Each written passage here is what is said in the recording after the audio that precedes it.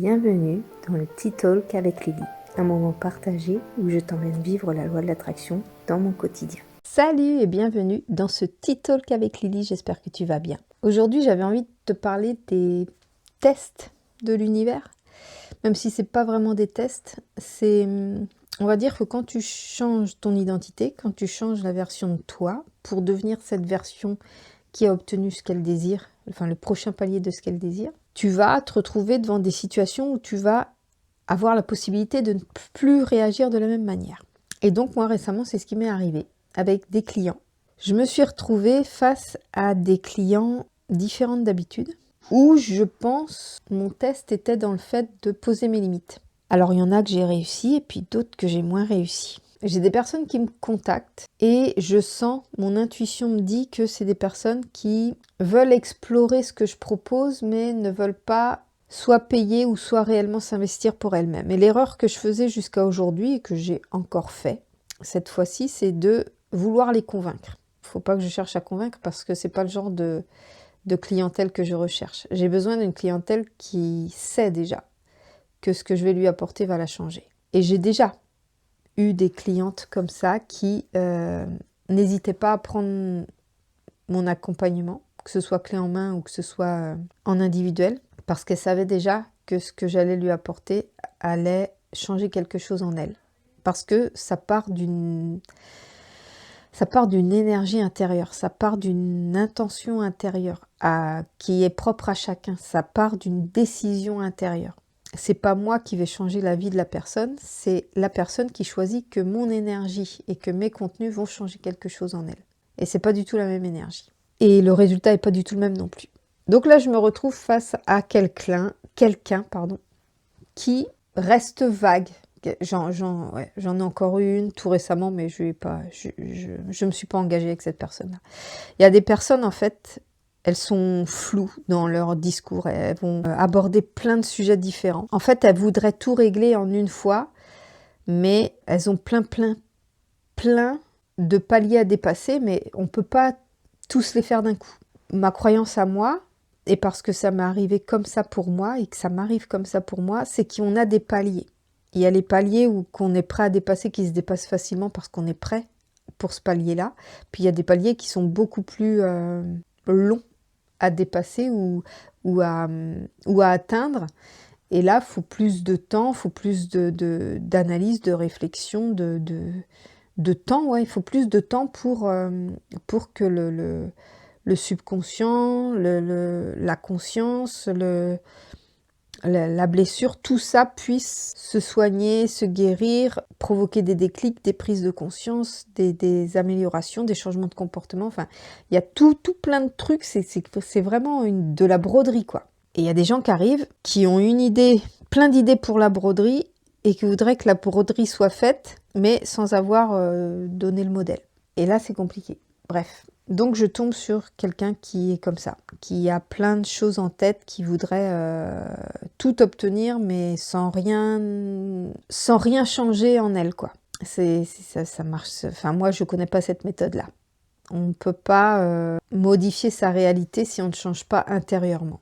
Donc elle passe sur plein de sujets, sur tous les sujets, et moi j'arrive là et je dis, je sens déjà que cette personne-là n'est pas prête, enfin en tous les cas pas prête pour mon contenu à moi. Mais je me dis, allez, je lui propose un appel gratuit. Je lui propose un appel découverte. Un appel gratuit, ça dure 15-20 minutes et comme ça, je peux la guider. Mais tu sais, ça part d'une bonne intention, ça part de quelqu'un qui a envie d'aider, tu vois. Mais je le fais pas avec la bonne personne. Parce que cette personne-là, au-delà du fait que je sais je le sais déjà dès le départ qu'elle ne prendra aucun de mes accompagnements, mais au-delà de ça, elle est même pas prête à entendre ce que je pourrais lui donner comme piste de réflexion. Donc c'est vraiment, ça sert à rien de faire un appel découverte dans ce contexte-là. Mais je propose un appel découverte. Et ça, c'est mon erreur.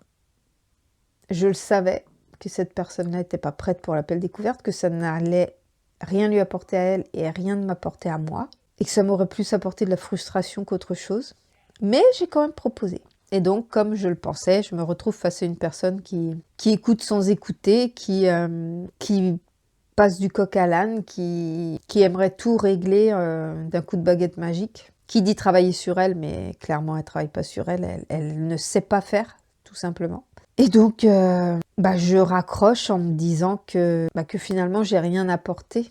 J'ai rien pu apporter à cette personne-là. Non pas parce que ce que j'avais à proposer n'était pas valable ou n'était pas bon, mais parce qu'elle n'était pas prête à le recevoir. Donc, première frustration.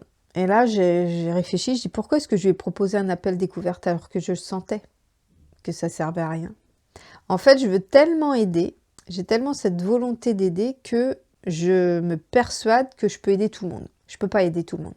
Je peux aider seulement les personnes qui sont prêtes par rapport à ce que je propose et par rapport à mon énergie, par rapport à ce que je dégage. Donc, forcer un peu l'appel découverte auprès de quelqu'un qui n'est pas prêt pour ça, c'est un peu comme pisser dans un violon, quoi. C'est pareil, ça sert pas à grand-chose. Donc ça a été le premier test, entre guillemets. Ensuite, j'ai reçu une personne. Je l'ai d'abord eu au téléphone, cette personne-là, qui me demandait un soin. Alors, je crois qu'au départ, ça devait être un soin magnétisme pour une douleur. C'était pour un problème de peau. Au départ, c'est ça. Et après, je vois bien que la personne, elle parle au téléphone, elle parle, et je sens qu'il y a de l'émotionnel là-dedans. Et je dis souvent, les problèmes de peau sont vraiment reliés à l'émotionnel. Et donc, dans la conversation, je dis, je peux faire le soin de la peau, on peut commencer par là, mais je pense qu'il y aura vraiment une partie émotionnelle à regarder. Et donc, cette personne me réserve au final une séance de Reiki. Comme ça travaille et sur l'émotionnel et sur le physique. Je sens déjà au téléphone que cette personne-là parle beaucoup, a besoin de parler, elle a besoin de se confier, elle a besoin de parler. On sent qu'elle a besoin d'évacuer des choses. Et j'ai réussi au téléphone à ne pas prolonger la conversation et dire bon ok, on prend rendez-vous pour une séance de Reiki et puis on aura l'occasion de discuter puisque pendant la séance de Reiki il y a une demi-heure de séance, mais il y a aussi avant et après où on discute un petit peu. Sauf que là, après la séance, ça se prolonge, la personne va aussi dans tous les sens, elle a énormément besoin de parler et je me retrouve à passer 1 heure de plus avec cette personne-là en ayant convenu au départ un tarif et en n'ayant pas eu le courage, ou en n'ayant pas eu... Il y a eu comme une espèce de culpabilité à lui dire, à la couper en disant, ça fait 1 heure de plus, donc normalement, c'est tant de facturer en plus, etc.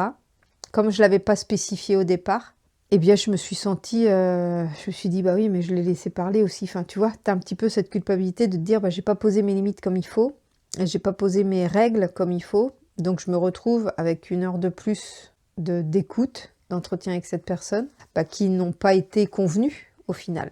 Et donc, ça a été le deuxième test, pour dire, voilà le genre de personnes sur lesquelles je peux tomber, et que si je ne pose pas de limites saines, si je ne cadre pas davantage, je vais encore me laisser submerger par des personnes comme ça. Et là encore, c'était une personne qui n'était pas prête à faire le travail intérieur. Très grande position de victime, toujours de la faute de l'extérieur, toujours de la faute des autres. Et du coup, je l'ai pas mal remué. Je me suis dit, quitte à perdre, entre guillemets, 1 heure, je vais y aller à fond, quoi. Elle revient pas, c'est pas grave. Je vais m'engager à fond dans la conversation. Et en fait, ça lui a fait énormément de bien et ça lui a fait des grosses prises de conscience.